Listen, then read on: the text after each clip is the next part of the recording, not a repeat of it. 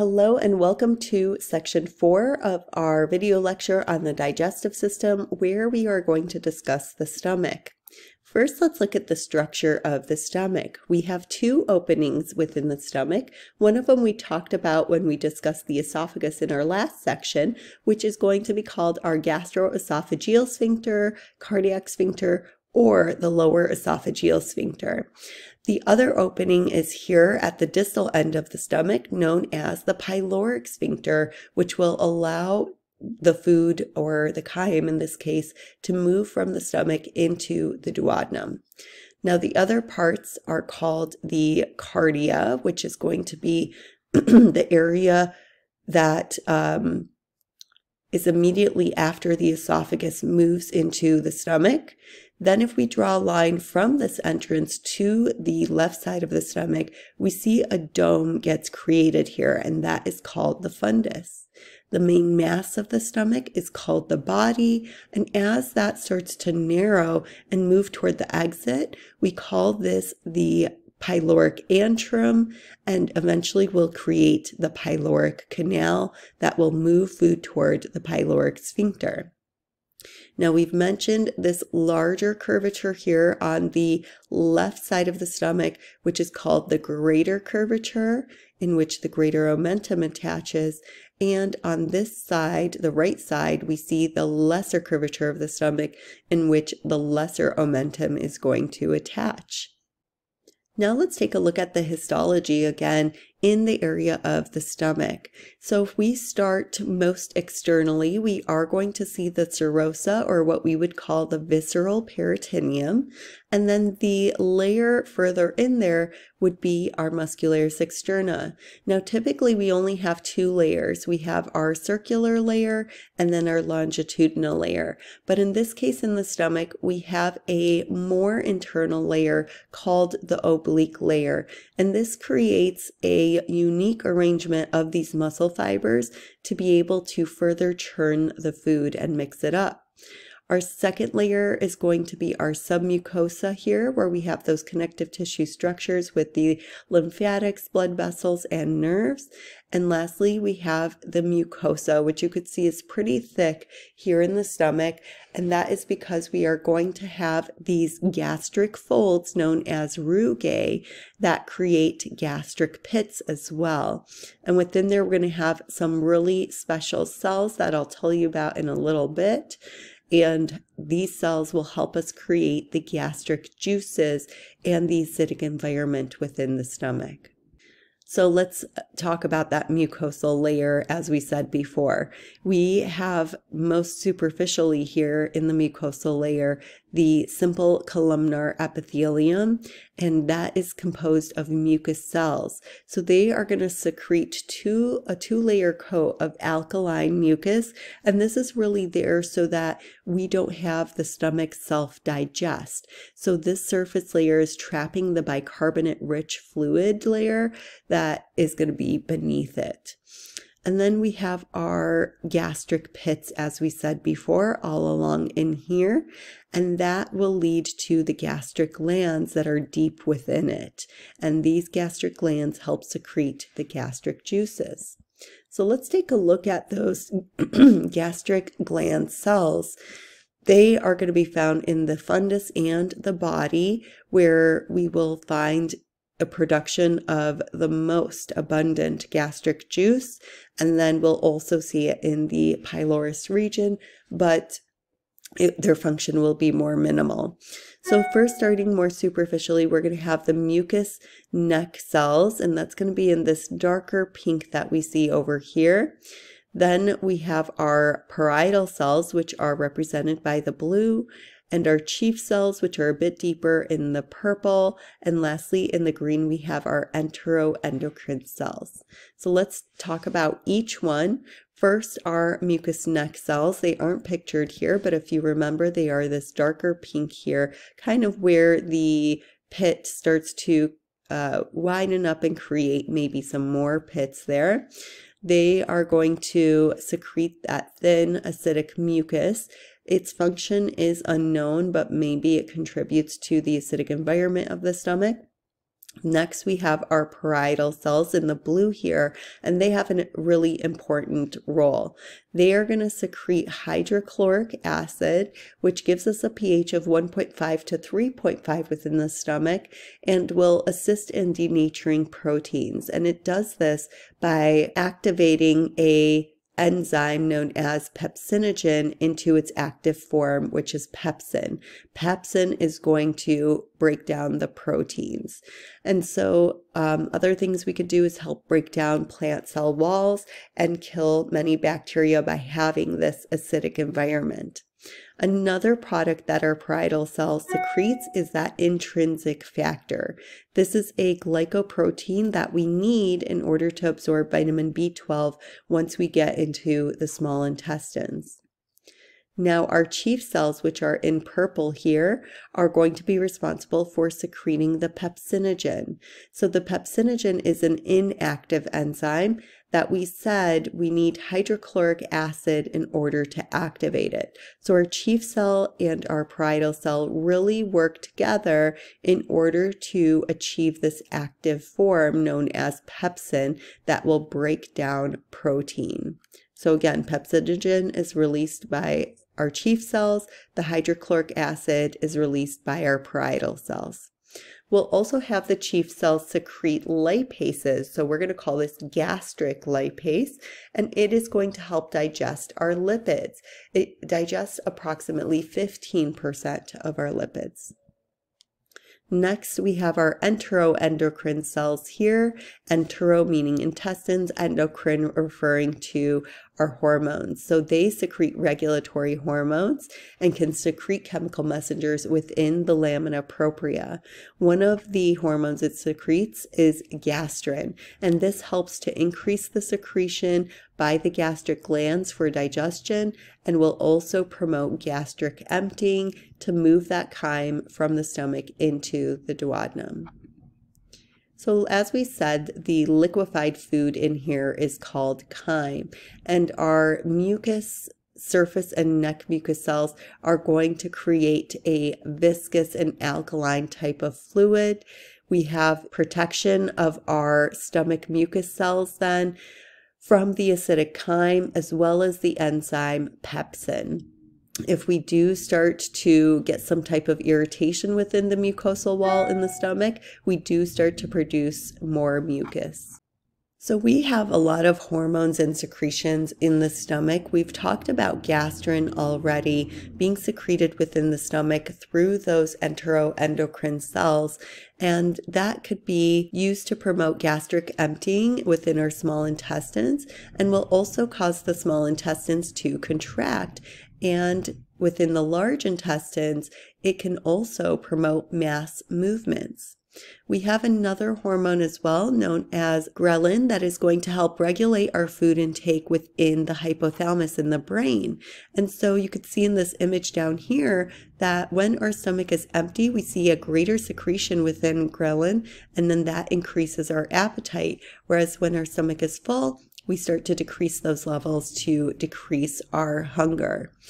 And then we've got histamine, and within our stomach, that's going to stimulate the parietal cells to secrete its hydrochloric acid so we can activate more pepsin. And the hormone serotonin within our stomach helps for the muscles to contract. So it's really helping with our mechanical digestion in allowing these stomach muscles to contract and churn that food. And then we've got somatostatin. In our stomach, it actually restricts the gastric secretions, mobility, and emptying. And so this typically takes place as the food is moving into the small intestines, and we don't have as much food in the stomach where we're not going to need those gastric secretions or mobility to take place. Somatostatin within the pancreas will restrict the pancreatic secretions, and within our small intestines, it's going to reduce the intestinal absorption by reducing the blood flow to those organs. So one of the last things we're going to talk about is gastric secretion. We do have some other topics coming up, but this is a big piece of gastric secretion. So we're going to take these phases, cephalic phase, gastric phase, and intestinal phase, one by one. First, the cephalic phase. Cephalic means head, which when we have the sight of food, or even just thinking about your favorite food right now, if you think about whatever it is, pasta, tacos, a steak, hamburger, a nice Greek salad, whatever it is going to have your cerebral cortex trigger a reflex. And so that can also have our input from our taste and our smell receptors into the hypothalamus and medulla oblongata, sending an impulse through our vagus nerve, which can stimulate stomach secretory activity. Now, when we have a loss of appetite or depression, our cerebral cortex is lacking that stimulation through the vagus nerve, and it'll inhibit the stomach secretory activity. The next phase is our gastric phase, and at this point, the food has entered our stomach. So when our stomach becomes distended or stretched, it's going to send a reflex through our vagovagal reflex and local reflexes within the stomach in order to cause the stomach secretory activities. We can also have chemoreceptors that will sense that we have food within there, certain chemicals within there, and we also see a rise within our pH becoming more basic that will then stimulate our G cells to secrete gastrin into our blood, which will also stimulate our stomach secretory activity. Now, if we have excessive acidity, less than pH of 2 within our stomach, we stop that gastrin secretion. And if we are under emotional distress, that can turn on our sympathetic nervous system, which overrides our parasympathetic nervous system, the rest and digest system, and those two together will inhibit stomach secretory activity.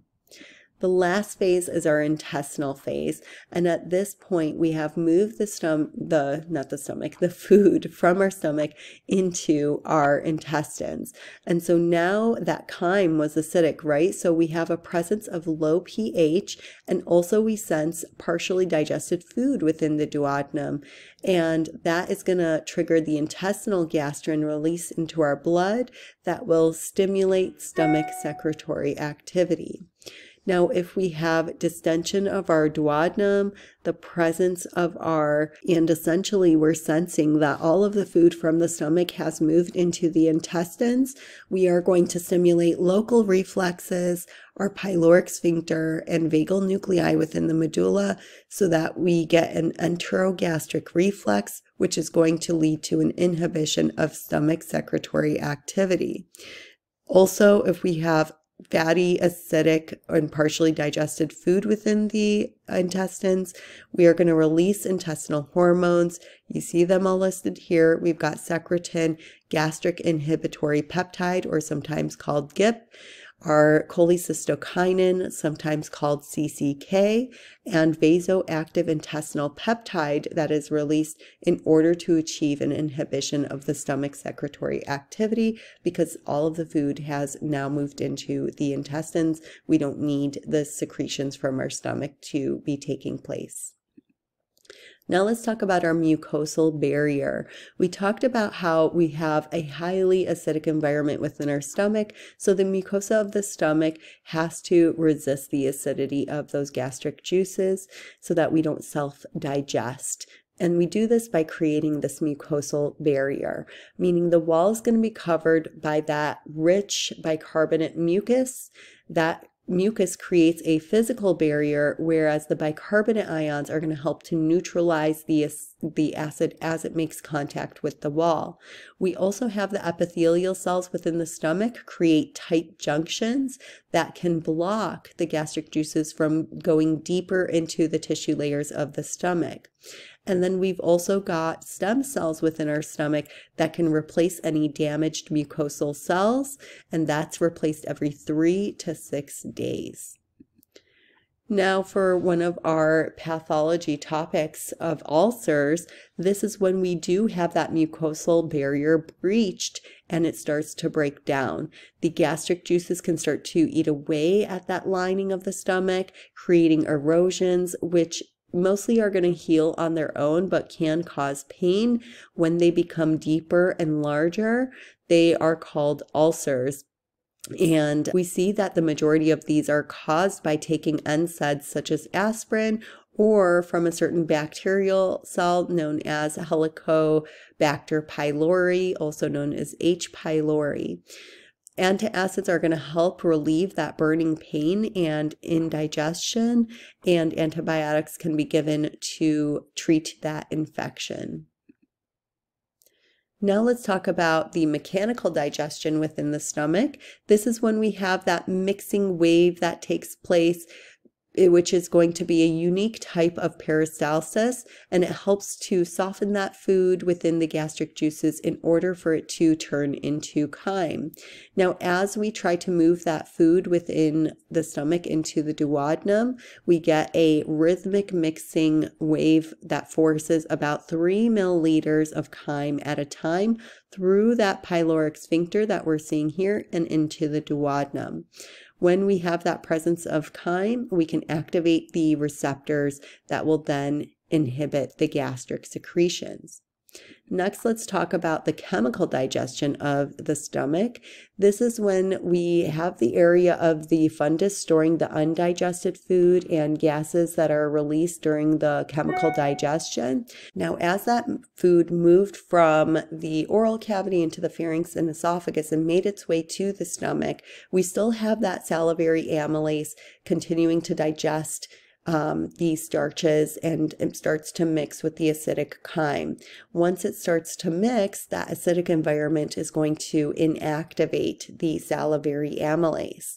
We also had that food have lingual lipase from the oral cavity that was activated, that will be activated by the acidity and breaks down triglycerides into fatty acids and glycerols. And then we've talked about how our parietal cells secreted the hydrochloric acid in order to activate the pepsinogen released by the chief cells so that pepsin, our active form, can break down the proteins here in the stomach. And we also had that production of intrinsic factor by the parietal cells as well.